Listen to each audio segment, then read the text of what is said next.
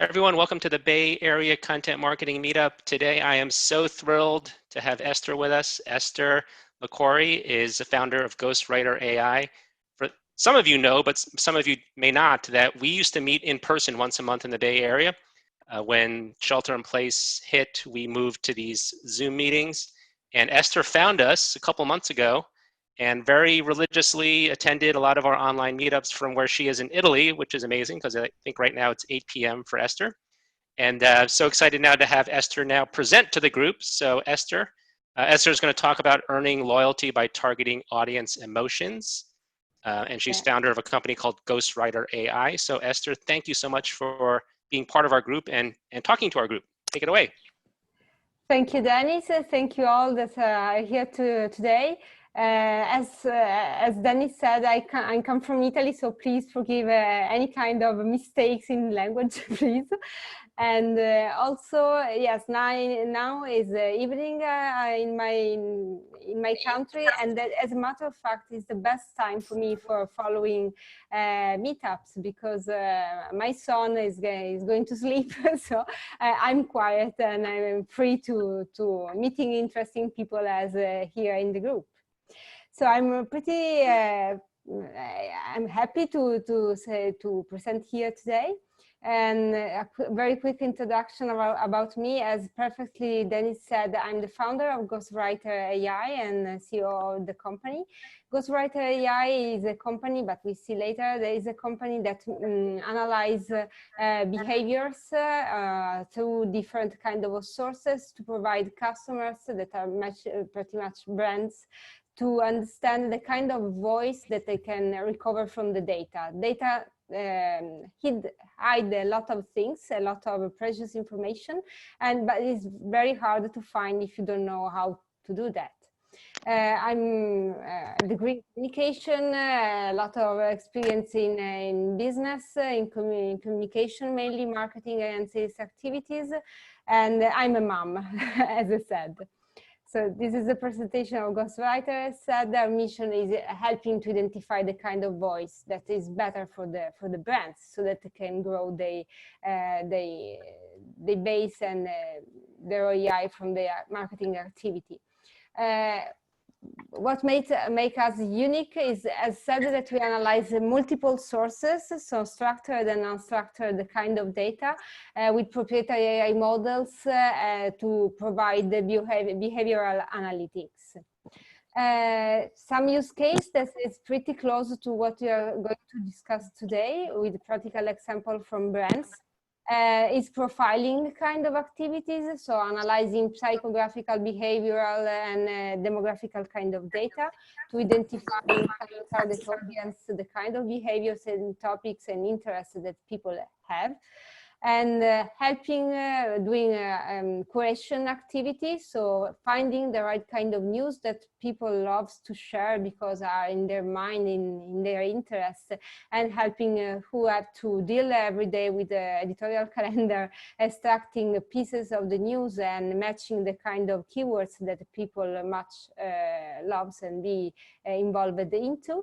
And also A/B tests, so analyzing the content matched with the creativity to get out which one is the best in a predictive kind of way. The process comes once again really close to the kind of emotions, because as if you are going to visit our website today, you see a kind of platform, but what we have seen is that emotions and interests of people are really driving how they behave online. So really, even if the platform starts from social standard, so analyzing the social networks, a lot of customers asked us to analyze different kind of sources that could be the CRM, the conversion of their advertising. So we help them with a free assessment as a first step to go ahead with a customized kickoff and scaling the solution later. But how this matches with the content and with the emotions that we have to transmit to the people?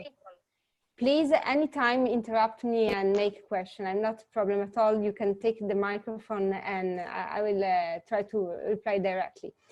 And so when we are going to create content, and that's the steps that a lot, very numerous kind of brands miss to do that, is asking themselves some kind of basic question. That is, the kind of content is going to be helpful, inspirational to my readers, entertainment, because when we are on social networks mainly, but even just surfing the net, what we are looking for is for information, kind of information, or just surfing things that we love. So we are interested in these kind of things. We want to get more information about that because it's beautiful for us, for our beloved. We love that. Another important thing is to ask ourselves is that the target, I will engage my target in some kind of way. So if I provide this content, I will going to open a kind of discussion with them. I will open the way in which they are interacting with me, or only I'm providing that kind of content. So they are just read, consume, and go away. The intent is obviously engaging with them. And finally, last but not least, I will keep them feeling something. They will affected in a positive, negative kind of emotions when they are reading the kind of content that I'm providing to them. So another important thing is providing value, because without the value, once again, is a kind of dead content. You provide something that is consumed and people go away. And for that, I find in my own kind of job really useful this kind of canvas that I suppose everybody knows, comes from Strategizing. You can download for free from their website. That is the value proposition canvas. In the value proposition canvas, you need to identify first what is the main things, the important values that the customer is looking for. So the jobs to be done, but also the kind of gains and pains that you want to reach and solve with the search, with the looking for some kind of contents again. And obviously what you are going to do is providing that. So trying to find the market fit with the content, the kind of information, or I'm using entertainment content that the customer is looking for. So once you identify the kind of content that could be interesting and where you can provide your value, you need to find the kind of target audience that you want to reach, because it's a very huge difference among the general audience that you want to reach or the target audience that you want to reach, because the target is really, the audience are those that are reading your content, but the target is where you want to reach people, the kind of people that you really want. And for example, once again, I find very useful on my Twitter activities using the advanced search from Twitter, and also other platforms such as social listening. I use Hootsuite sometimes for this kind of activities, applying very specific kind of filters. And as I said, I use, for example, our own platform to identify the kind of trends or the kind of keywords that people that I want to reach, that are part of my target audience, that matches my target audience, are using. So I can reach them through in their territory where they are. Okay. And why emotions are so crucial? Because they are the job to be done are usually divided in three main points. The things that you need to do is the functional, emotional, or social. But even when they are, even in the functionality, there is emotions. Let's think, for example, just to a burger. For me is dinner time. I already had dinner, but in dinner time, you think, okay, I want today, I want a burger. Okay, but how about the function? The function is for dinner, so it's okay.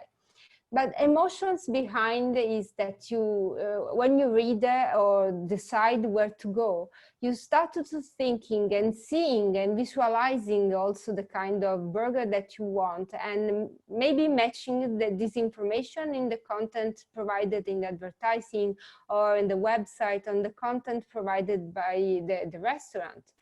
And emotional, but let's think emotional and social, not only about how we feel good eating an hamburger, but also how we can feel guilty in having an hamburger because it's high of fat, or because it's the meat, and or our friends are maybe vegetarian and they want to eat something healthy, and how they are going to deal with us if we propose to our friends going out to the restaurant to have an hamburger.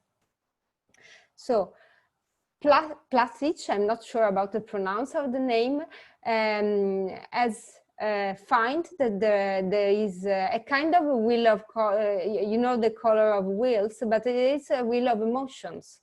Emotions can be categorized in many different ways, and different emotion can even be mixed to find and identify the kind of action that they are going to move. And also, if you have not read yet this book, Contagious, I really recommend you this book, and where emotions and the way in which emotions affect the share, or the way in which something becomes viral, is really deeply analyzed by the author, that is Jonah Berger. He analyzed for example, some news from a newspaper, a famous newspaper, and it results that when the news is triggered, so activates something, and activates something of emotionals that involves a wide kind of public, and is valuable and is wrapped in a kind of a story, this brings to many share. And in particular is arousal. Arousal is the kind of emotions, the key emotions that could be positive, negative, or and bring different kind of emotion, involve some different kind of emotions, that mostly brings the shares. So some practical example. Now I'm showing here you some advertising. And this, for example, please forgive, this is in Italian, but you can see the translation down, and also see, you can obviously catch the meanings in any way. Is from Nutella. It's a brand that I'm sure even in the US should be known. And that's interesting in Nutella, that this brand, the brand is Ferrero, Nutella is one of their products. They really know deeply their kind of audience. I don't know if they are using some kind of system of listening, but they are really focused on the kind of promotion and content that they prepare.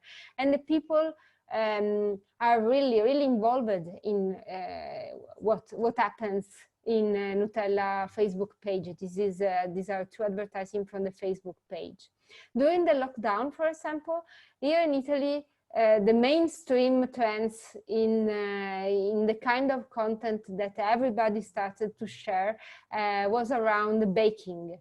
Everyone is baking pizza, baking bread, baking sweets, muffin, cakes, everything. Everyone has transformed itself in a kind of baker. And Nutella catched that using, obviously, it's a kind of pun, saying that for those who turned out to be a pastry chef, but also used the kind of content that is not completely matched with the products, so the Nutella cream, using one of the main recognizable symbol, that is the jar. If you see the other advertising, is all around the jar, and it's been a series. You see, this is the challenge number 2. They made, I think, 4 or 5 of that, with different topic, and the different topic has always the jar as a main protagonist, main character, and but the content is really close to the kind of interest that people has shown, and this is really clear from the from the numbers. If you see the number of visualization and the number of comments and shares that this content has generated, and has not been sponsorized, there's not a promotional activity, no advertising on that, is amazing. Are numbers that organically it's quite impossible today join with Facebook. That's why they really go deep in the mind, in the kind of fears, in the kind of worries, but also in what kind of things these people loves. In this case is the gardening. Other has been, for example, creating some crafts with the kids, because you need to keep them operative and during the lockdown.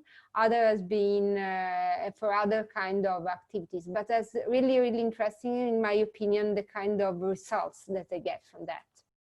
A very long-term ROI that doesn't need to be sponsorized. Hey, Esther, would you mind sharing the, we saw the images in the headlines. Could you tell us a little bit about what they are writing in the body of the post? Yes, sure. Your muffin will be perfect at the first attempt. We don't know. But with a little of Nutella, you can guarantee a success. Follow the recipe and show us your art. They always invite, you're right to look for the body, because they always invite shares content. So they make the readers protagonists, and the comments and division, as you can see, comments always has user-generated content. People provide tons of photos, tons of new ideas of using the jar, in the case of the jar, of new recipe in the case of the muffin, or new way to prepare something, sharing their own secrets, sharing their own activities, their own everyday activities. And it's quite important, because the brands even know even deeper about what people think and what people love from the comments, and can nurture conversation, engage the people, but also get new ideas for new content. The other one is about Nutella has run out. Happens during the lockdown and you can go out. Yeah. No panic. You are ready for the Vasetto challenge, so the jar challenge. Take your jar, your empty jar, and give a new life with the things that you have at home. The theme of this new challenge, of this new round, is the gardening. Excellent. Okay. Thank you. You're welcome. The other one is, for example, about, once again, involving in the passion. We have seen an example from Nutella that involves passion of the follower, but can also happen with different kind of brands. Let's think about fashion, where you can, thanks, for example, to augmented reality or virtual reality, you can ask to your readers to be active and try things that you can try because you are once again out from the shop, but you can still try in a virtual way, and sharing and be funny in some way, and receiving once again new user-generated content. This is another good example around empathy. Google has launched this advertising during the Super Bowl in 2008, maybe. I'm not sure. The title is Parisian Love. You can see it.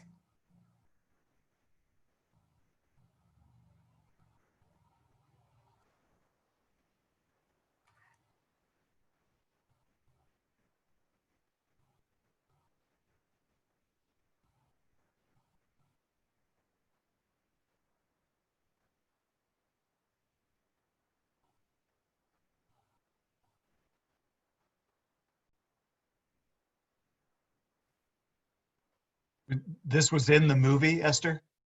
Yes, you see the movie? It's been a while.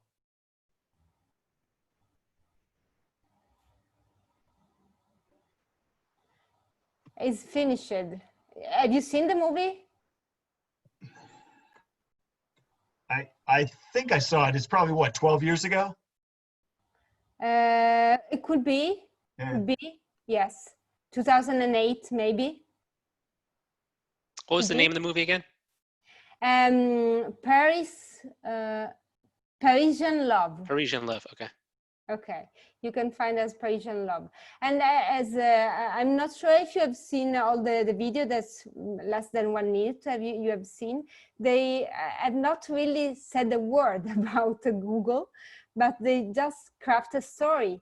They craft the story of the guy that go abroad for studying and find the loves and try the way in engaging the girl and at the end they get married and have a baby, and is a story where everybody can find himself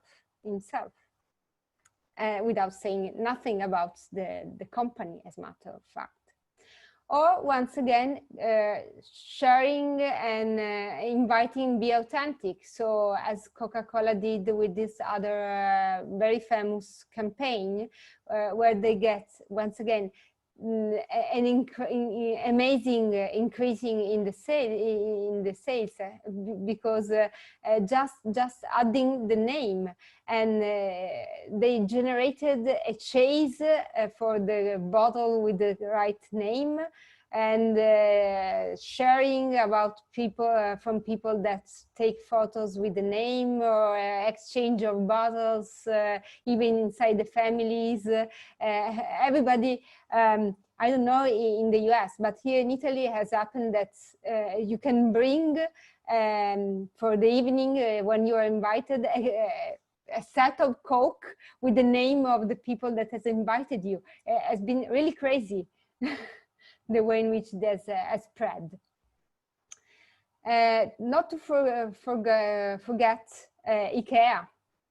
IKEA is another amazing brand that really listen the kind of expectation or the right of things that make can emotionally involve their users. And for example, surprise and delight are two other very powerful kind of emotions. And I don't know if you have read something about that, as an advertising campaign once again during the lockdown that has run in Russia, where using the very popular shape of their mounting instruction of the furniture, they suggested way to make fortress, castle, tents, way to protect yourself and play the game with the kids, using the furniture from IKEA, and saying you how to mount that. And but we have not forgot the negative kind of content. I see a lot of companies that when they receive bad kind of comments, bad reviewing from their customers, try or really do canceling the comments. This is completely wrong because you are not aware of what kind of pains your customer has. Even negative sentiment, obviously they need to be carefully managed. You have to have the right kind of reason and the right kind of approach to be helpful and to be kind, but you can learn a lot from bad comments, from negative sentiment. That's what happens, for example, for Burger King, where I suppose you can read the contents. This time is in English. And a lot of people complains about the promotion. Drink and fries win a prize. Somebody has not be able to receive the prize. Somebody the QR code doesn't work. Somebody the mobile app is wrong, doesn't work once again. A lot of problem. And Burger King also very often receive, for example, bad reviews. I studied about them, and they very bad reviews, for example, about delivery. This is important, I think, for them, understanding that, because nobody is complaining about the food.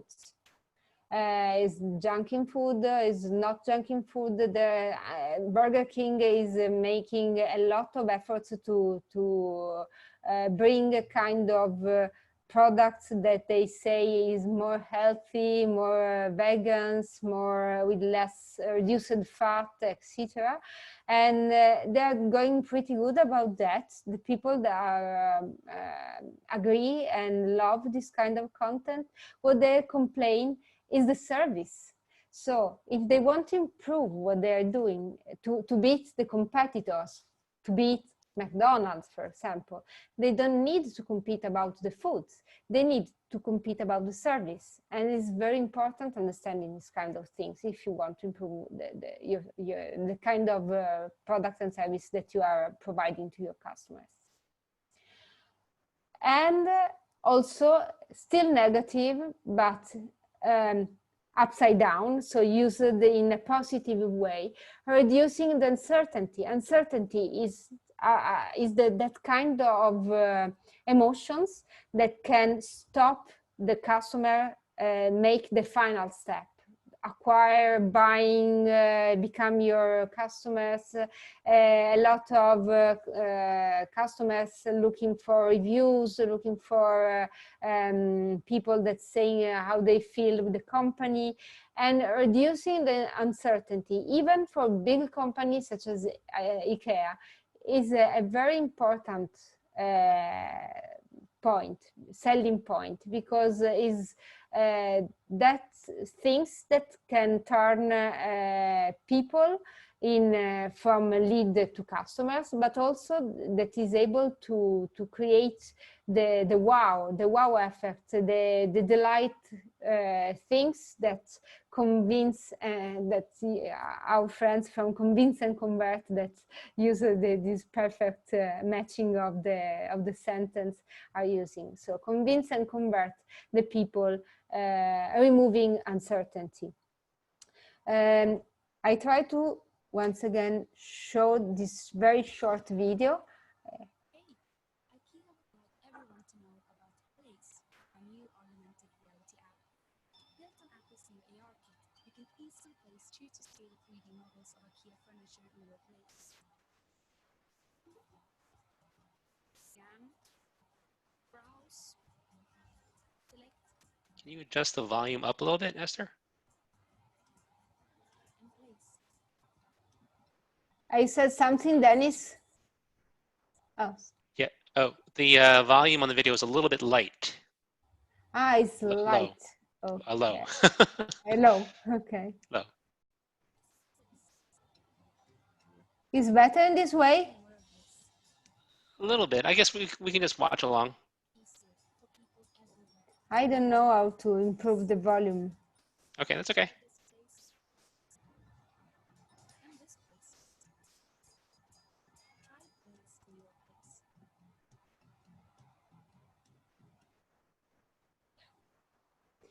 Once again, what they did, they take, and there are different versions of this promo advertising. They just taken some of the main worries, pains, ideas that people has when they have to buy furniture for their house. Wrong measurement, place that colors that doesn't matches, you think that stays wonderful in one place and that it looks terrible once both, and they try to remove that now using new technology, once again augmented reality in this case again, by the way that you just map your living room, your kitchen, or what else, and you materialize in a virtual way the furniture in your space, so you really can see how it looks like. And you can even play with the people. It's not in this commercial, it's in another one where they have the whole family that are playing on the table in a virtual way. So the dad has the laptop positioned on the table that doesn't exist. The kids are playing on the other side of the table, just to see if the sharing the space is enough for everybody. And I think it's a very clever way to show, to bring reality and remove uncertainty. So why emotions are so crucial? Because they make us telling a better story, so they can remove the way in we are uncertainty and fear, and make us falling in love with the brand, falling in love with the services, falling in love with the story that the brands want to provide us. And this has a great impact in also on loyalty. That's why our title is also about loyalty, because numbers says that people want to purchase from, they purchase by gut. It's true that they make a lot of analysis, comparing and looking for recommendation. But if you try the key to open their heart towards your content, towards your services and product, they will fall in love with you, and they stay loyal longer compared to other companies that are providing a similar kind of product or service. And that's it. Thanks so much, Esther. I'm Thanks a lot. reminded of a quote. I just had to Google it. Are you familiar with the quote from Maya Angelou? She says, "I've learned that people will forget what you said, people will forget what you did, but people will never forget how you made them feel." Yeah, exactly. I love that quote. I reminded the name of the person that quotes, but yes, it's completely true. Excellent. So folks, if you have questions, you can put them in the chat, or you can feel free to unmute yourself and ask a question. I had a question, Esther, from your bio. You mentioned that you're listed that you're a TEDx speaker. What was your TEDx talk about? Was about artificial intelligence, how to grow an artificial intelligence as you can grow, as you usually grow a kid. Okay, I'm gonna have to, is that on YouTube or on the TEDx site? We'll have to look that up. Yes. Okay. I suppose it's in Italian. I'm sorry. I don't know if they are subtitled. It is Okay. 10 minutes around. But the main topic is that everybody thinks that artificial intelligence is a superpower. As a matter of fact, it's a kid that needs to learn, and you need to provide the right kind of content as you are doing for your kids to make them learn properly. Got it. So I know you did a brief introduction of Ghostwriter AI. Is there, like, the topic of your talk was about emotions? Is there a connection to your software and its ability to decipher emotion or factor in emotion? Yes, because the software is able to detect, for example, sentiment, intent in the search.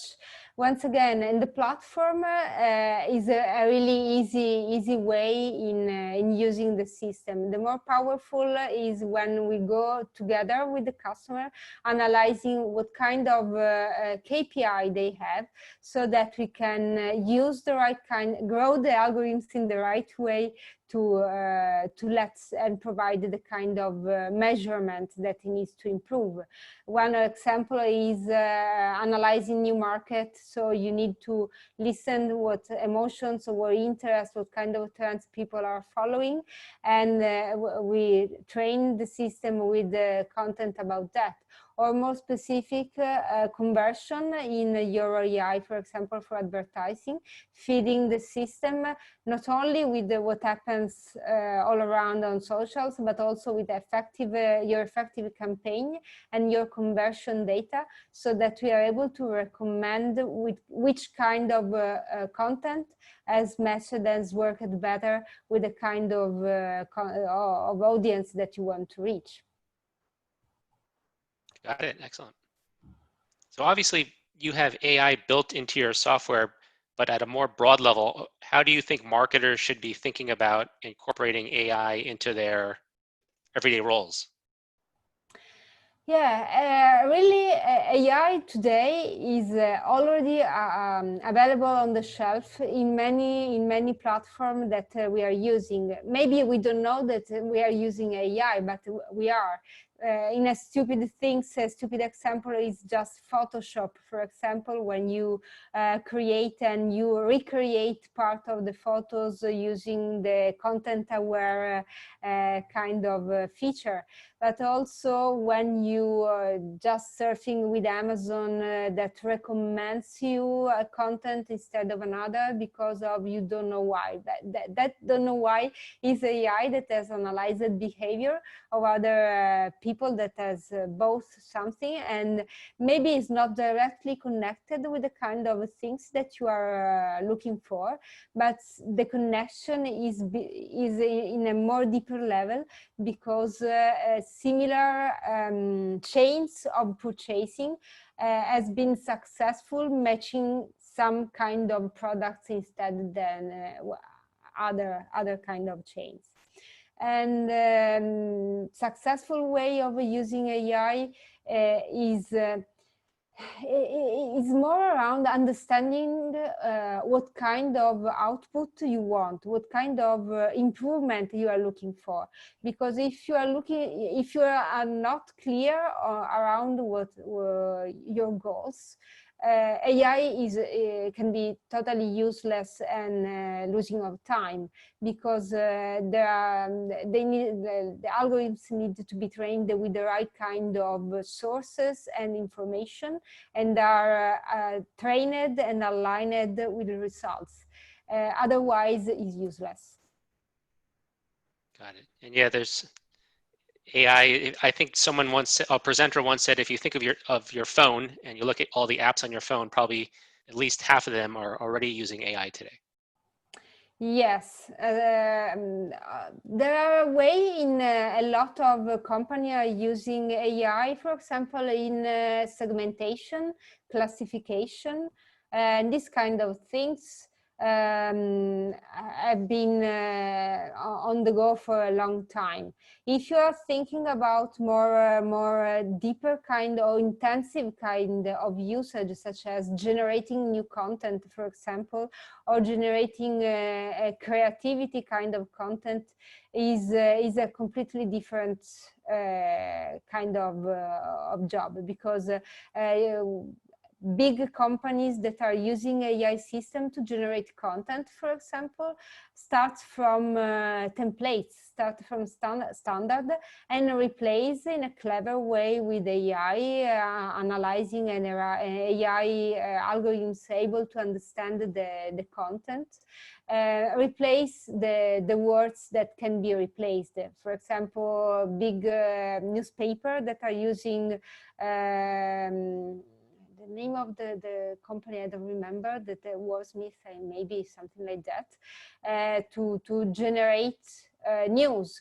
That's easy in some kind of way, because they generate standard kind of news. They generate financial news that are pretty much looks the same, except for the number, except for the value of the money of the day, and these kind of things. Same as for sports kind of news.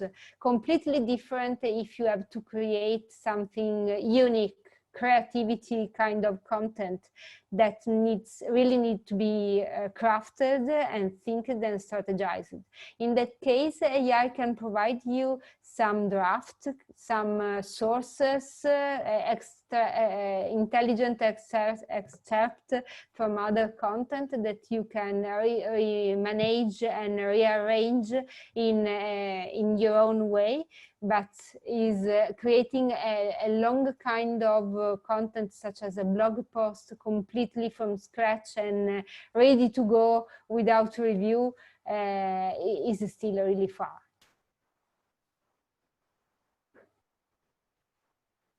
Excellent. Richard, you look like you're about to talk, Rich. Yeah, I had a question, Esther. First of all, thanks for presenting to us from your Thursday night in Italy.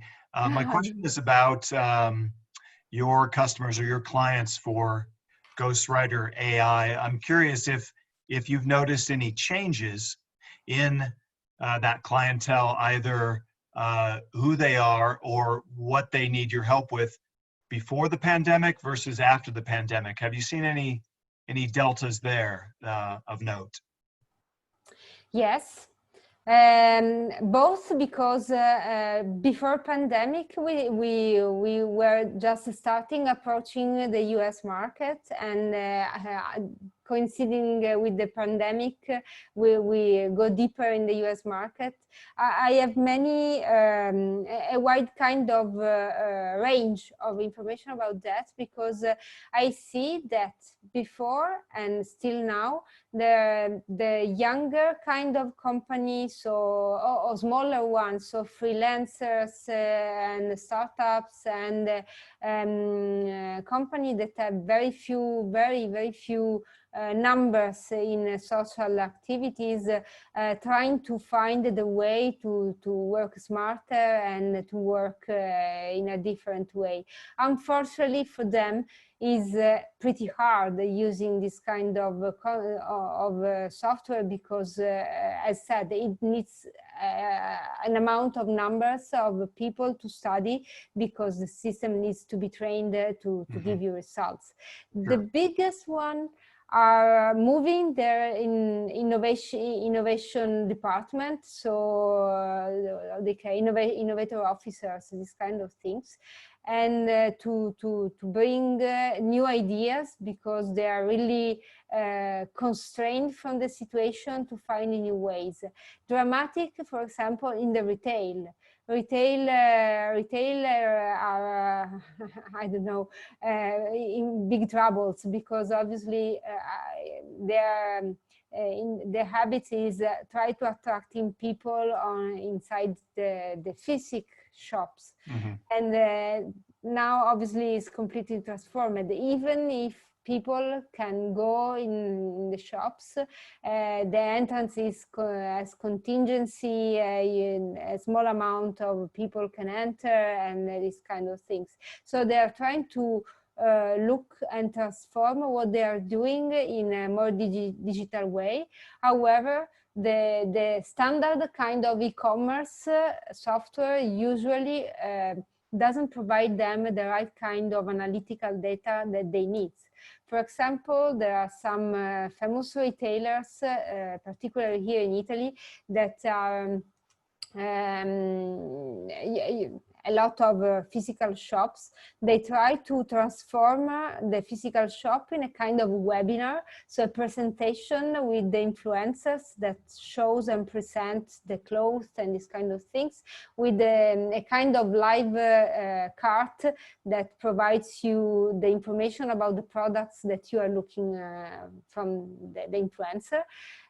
However, the only things that this kind of system provides as information is in and out from the cart, and that's it. And if you have all the data that, for example, Amazon, I'm sure they have about the timing when they entered to look the products, if they zoomed the image or not, if they are looking for details or not, something like that. Is tons of information that also are able to analyze emotional activities that with just cart in, cart out are not able to catch. Also matching the actions with the speech of the influencer. So analyzing the flow of the conversation moved from the influencer and matching the actions, the action events that people performed while watching the live event matters, because give you clues about what has involved more them, what has make them decide not to buy or to buy something. Yeah, very good. Thank you. Thank you. You're welcome. I also, just a plug for you, Dennis, and for those of you new to the meetup, I've just chatted. Dennis I think you've got about 24 of the previous Zooms at noon on your YouTube playlist, right? That's right. So maybe we'll see this one there as well. Yeah, this one is being recorded and will be up on that playlist later today. Great. Thanks, Esther. But the video, no problem. I can post the 2 links as comments in the meetup. Cool. Okay. Thank you. Thanks. Yeah, thanks so much for joining us today, Esther. And for everyone else. Yeah. So our next 2 meetups are the next 2 weeks. So it's a week from today. So the next 2 Thursdays, it seems like Thursday is the day of the week for July. So thanks for joining us today, and check out our meetup page for our future meetups. Thanks again, Esther. Thanks a lot. Bye. Bye. Bye, everyone. Bye-bye. Bye.